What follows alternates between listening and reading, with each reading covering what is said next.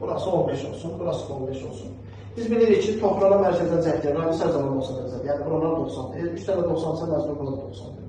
İndi bura 15 ise, bu 15 təbii ki bu tərəfə də köçür. Bura 15 ise, bu da aşağıya köçür. 30 da 15'i buradadır, 15'i burada. 40'dır, 15 buradadırsa, 25 buradadır. Bu tərəfə də adlandıraq. Deyəlim ki, bura bir x deyim, bura bir y deyim, burada bir k deyim, x deyim. Və bilirəm ki, 30, 40, 3, 4, 5 uzaqlaşsam, hipotenuzda olacaq 50. K üstəcən x üstəcən y-in 50'dir. Onu yazdıq. Ondan sonra keçirəm toxunanın xassəsinə. 25. 25'in kvadratına bərabərdir. Çöldəki hissənin hamısı. Yəni, x vurulsun, x plus y. Həmçinin buradakı toxunan 15'in kvadratına bərabərdir. Çöldəki hissənin hamısı. K vurulsun, k plus y.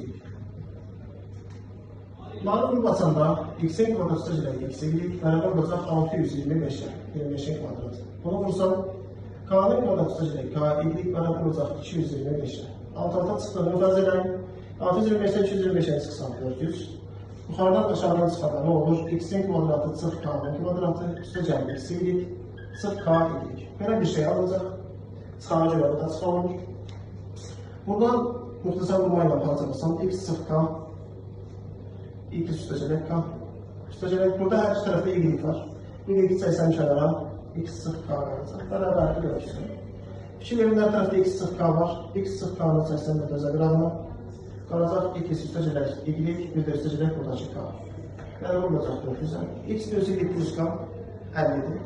Bura 50'dirsə, hasilin yoxsa olması üçün görə x çıx k 8 olur. Bizdən də x çıx k-nı istəyik misal şərtində, cavab 8. Bu qədər.